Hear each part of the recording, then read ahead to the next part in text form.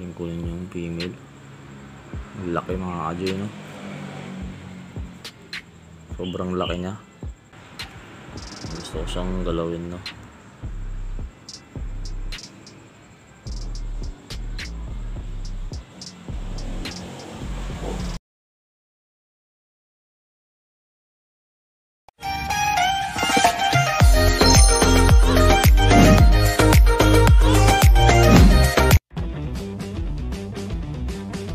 Sub sa inyo mga ka-J dyan. Sa good news lang mga ka-J, pagising ko kaninang umaga kasi may nag-molt na naman. So ito mga ka-J, certified to, female na gagambang Japan to, no?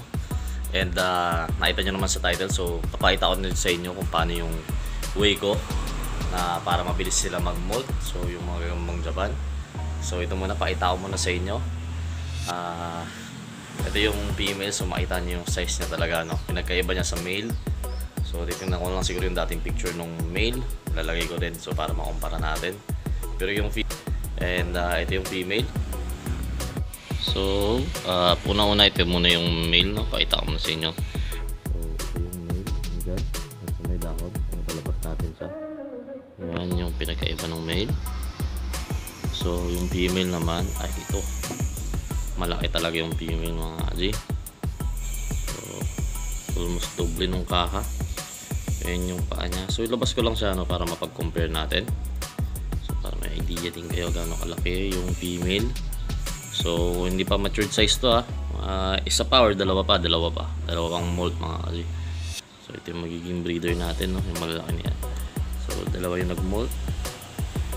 And bago pala natin ilabas yan, so pakita sa inyo yung way ko kung paano ko sila napag-molt ng mabilisan. So kasi nakita nyo naman yan, no? So pakita ko sa inyo, pakita natin sa inyo kung anong ginagawa ko, no? Pinapakawalan ko silang tutusin lang. So ito, nagpakawala tayo dito kagabi pa to, pinakawalan ko. So ito yung isa. So isang araw lang naman, no? Ito yung natin makita, no? Hindi din pala. So baka kasi against the light. So ito yung isa muna, pakita ko sa inyo dito yung isa. So ayan, ito yung gagambang Japan. So, hapon ko pinakawalan. Ayan siya. So kukunin ko din yan siya maya maya. Gusto ko lang naman kasi ito, yung init na yan, mainitan din sila para yung balat medyo lumutong ng konti. Kasi malalaki na yung kaha nila, napakain na natin, power feed. So kulang na lang is yung shell nila para lumutong ng konti, tapos lalabas na sila, no? Tapos nakamugan pa ng umaga. So ito pala, nagsapot pa yung sapot pa siya. Ayan. Sapot ng gagambang Japan to. Nagpakawala tayo kagabi. So nandun sa loob. Ayan siya. Ayan siya.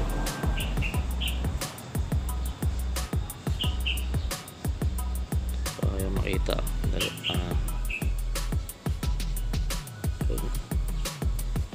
Ayan siya. So malaki-laki din yan.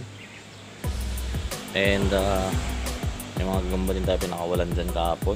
So may siguro hanapin ko. Tingnan natin. Ito. Ayan. Pinakawalan din tayo, no? So maya na yun. Yun na naman mga ka-J, yung way ko para mas mabilis silang, alam mo yun, mag-molt. So may nakalagay pa rin naman dyan. Yun yung ibang gagamba natin. Dito pa yung gagambang Japan na isa. So nasa loob siya nung dahon ng bayabas. So nandun sa loob. Muna siyang gagalawin. Kasi yung gagalawin natin yung female. So try natin, no? Isang ilabas, no? Females yun, no? Malaki. Kasi yun yung daliri ko kung gaano nakalaki yung female. So try natin siyang kunin. Ayan, so ayan. So try natin kunin yung female. Laki mga ka-J, no? Sobrang laki niya. So walang wala yung male sa kanya, no?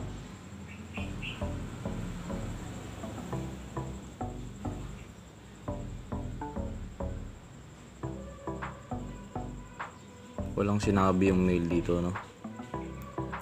Siya.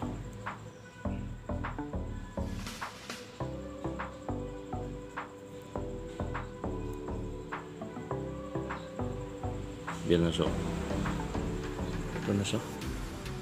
Ang laki niya, mga kaji.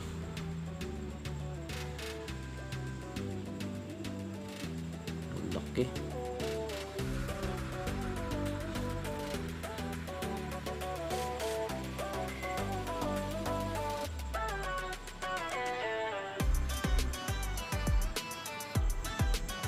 Ang laki ng gagamba. Ito yung daliri natin, mga kaji. Yan. So yan.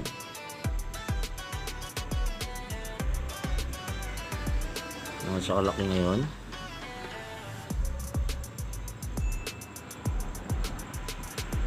Gusto ko siyang galawin, no?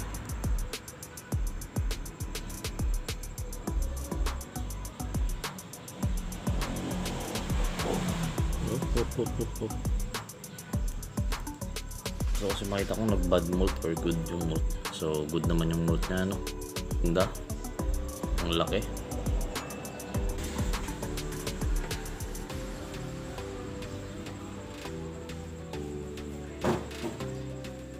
So ang laki nung female, no?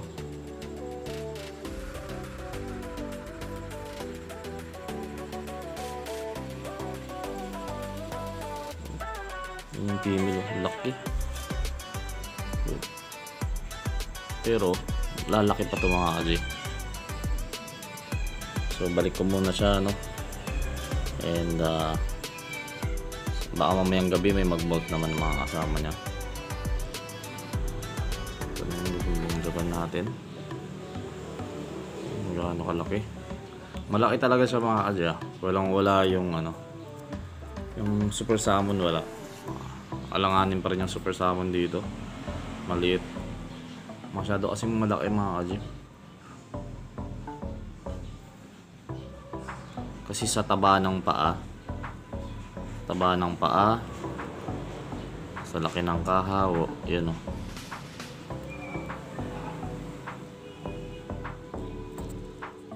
So yan, mag-molt. Ang laki, ano. Yan yung dalawa. So good molt siya ang pag-aalaga natin. So ito yung muntik ng mabilutan, no? Ito yung muntik ng masaputan. Hindi pala muntik masaputan, nasaputan na. So ito siya. Isang molt pa to, mga kaji, siguro isa or dalawa pa. Depende kung paano tayo magpakain. So makakuha na yung max size niya, no? Yan siya. Tapos yung pinagkaiba nung pinagmultan ng female sa male, no? Pakita natin, kaya nakuha natin yung pinagmultan niya. Hirap nga lang, nandito sa may likod. Try natin kung makukuha natin.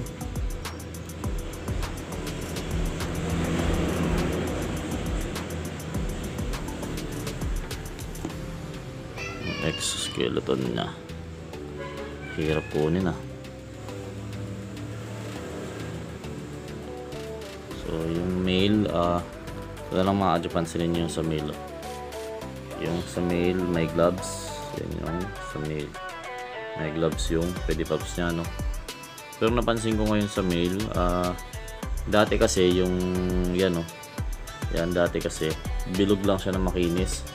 Ngayon may guhit na siyang pabilog sa loob. So ibig sabihin siguro nun, ito na yung max size nya. Sa nakausap na si Tech Ray, yung pinagkunan natin nito. Based sa kanyang experience daw, ito na yung pinakamalaki. Yan, so sa loob. So ito yung male yan, yung nasa loob, yung payat, malaking ulo. Ayan, napakalaki ng ulo. So yan, ito yung pinagmultan nya. Yan. may gloves. Ayan, makita no? Naman yung female. Napakalaki. Grabe.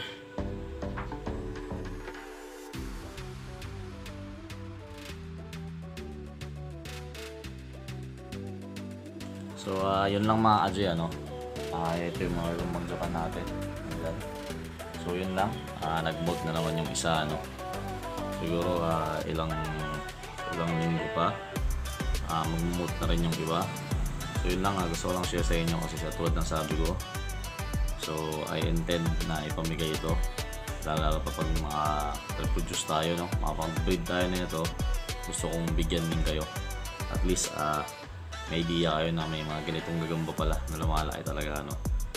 And yun lang, maraming salamat sa panonood and God bless sa inyong lahat. So hindi pa nakapag-subscribe, mag-subscribe na kayo. Gambino PH po. And malay nyo, maging okay yung mga, alam yun, mga pinapadala natin.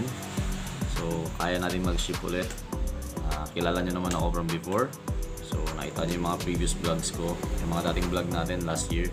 So namimigay talaga ako ng gagamba. So it's a matter lang na kung sino, kung swertehin kayo, yun lang po, and maraming salamat.